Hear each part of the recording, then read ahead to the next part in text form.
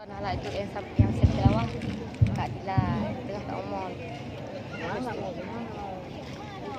Waktu di sana ada pernah nggak? Di Keadilan. Assalamualaikum warahmatullahi wabarakatuh. Waalaikumsalam warahmatullahi wabarakatuh. Urung merasa. Alhamdulillahilladzi khalaqan nasa min dzakarin wa untha.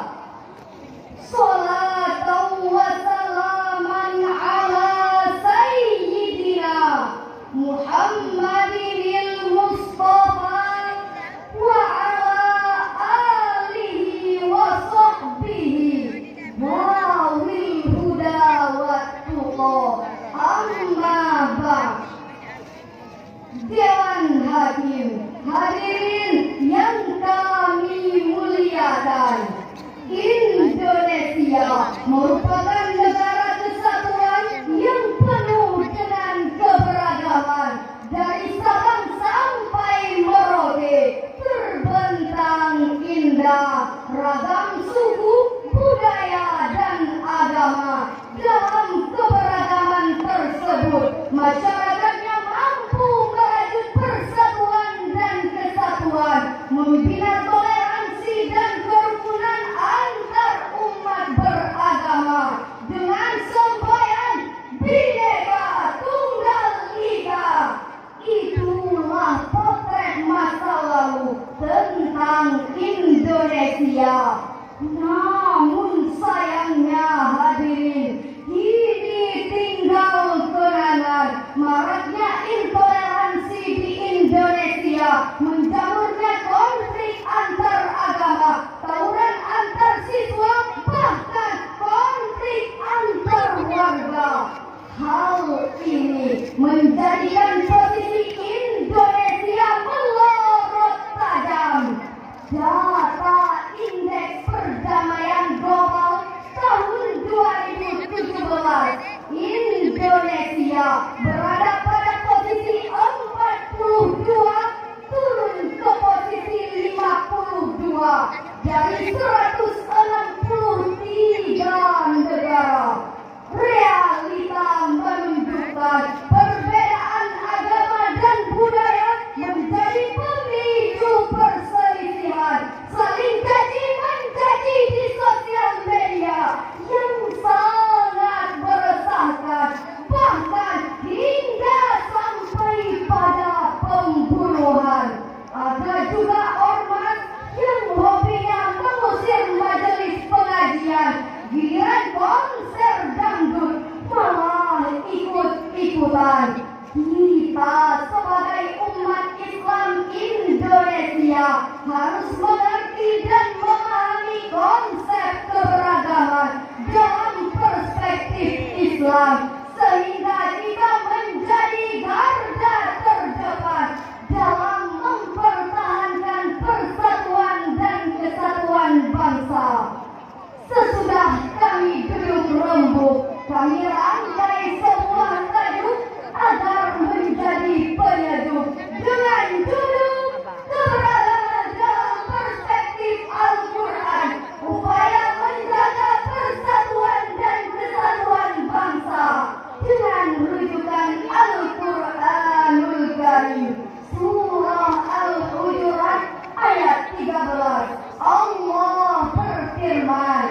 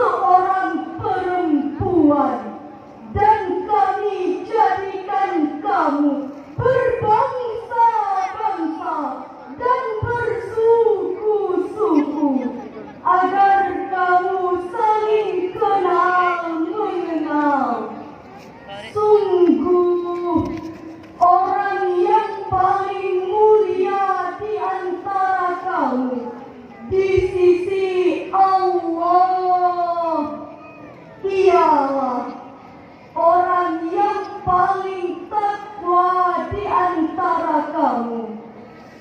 Sesungguhnya Allah Maha mengetahui, Maha mengenal. Dewan Hakim, hadirin yang kami muliakan, dalam tafsir Jalalain jilid 1 halaman 687 baris ke-8. Ya ayyuhan nas, ya ayyuhal bashar, min dzakari wa unsa, yakni Adam wa Hawa lita'arafu, liyahsula bainakumut ta'aruf. Dalam ilmu nahu, kalimat ta'arafu berfaedah musyarakah, bermakna timbal balik, yang diambil dari maudhunya tafa'ala. Maksudnya kita harus saling mengenal antara satu dan yang lainnya. Syekh Profesor Dr. Wahbah Az-Zuhaili dalam tafsirnya Al-Munir jilid 1 halaman 581 menukilkan riwayat tentang asbabun nuzul ayat tadi. Riwayat dari Ibnu Abi Harim yang diriwayatkan oleh Abi Mulaika menjelaskan bahwa pada saat terjadinya Fathul Makkah tahun 8 Hijriah, Rasul mengutus Bilal bin Rabah untuk mengumandangkan azan. Kemudian sebahagian para sahabat memprotes seraya berkata, kenapa budak hitam ini mengumandangkan azan di dalam Ka'bah?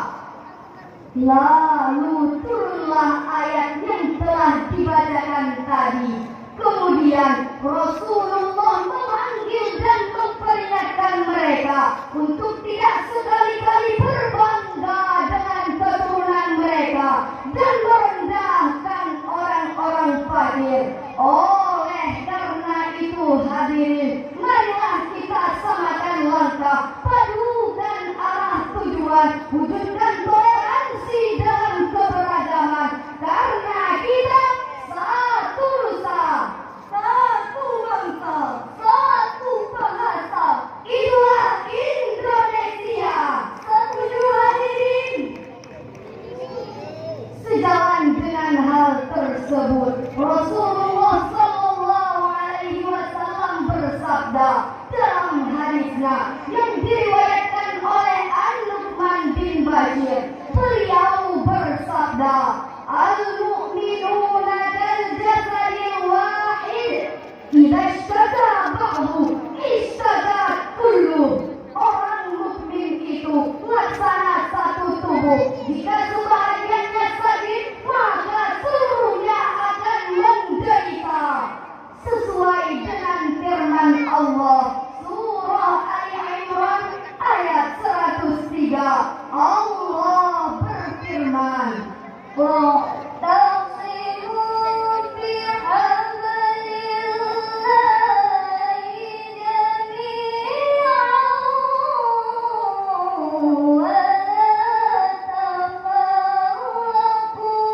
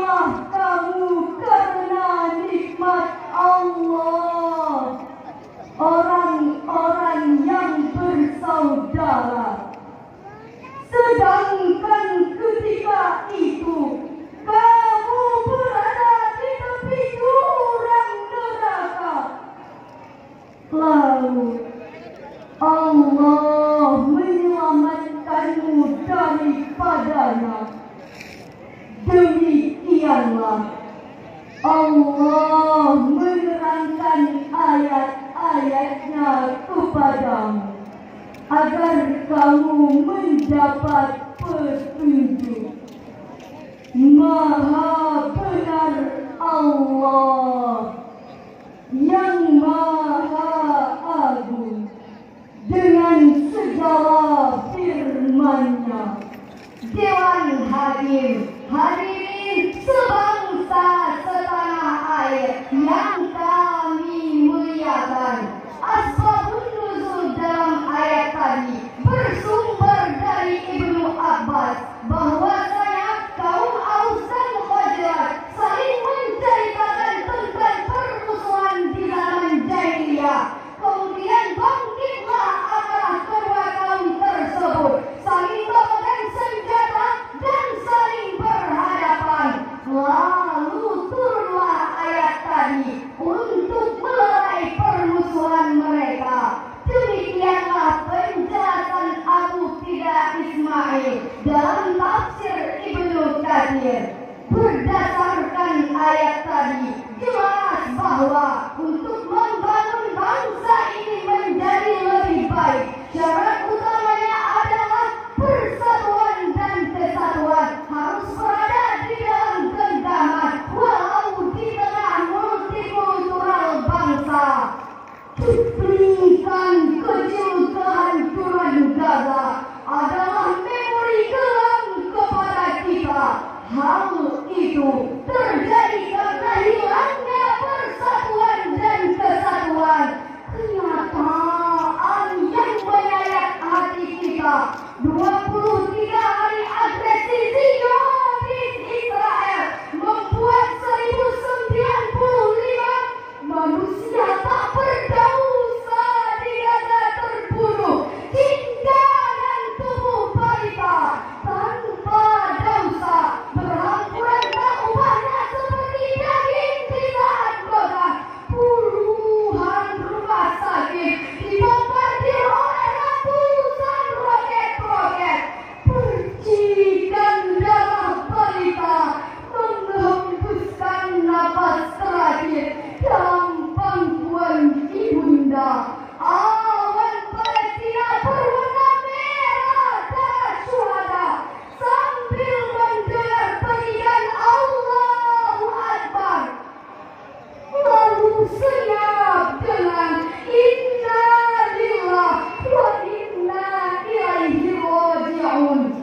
Berdasarkan sejarah tadi, marilah sama-sama kita tumbuh persatuan dan kesatuan di negara yang multikultural ini. Bukankah Rasulullah mengajarkan kita agar tidak saling membenci, mengkhianati, mencaci maki, akan tetapi saling menghargai, saling menghormati, dan saling menyayangi. Karena Indonesia satu jiwa, satu rasa, satu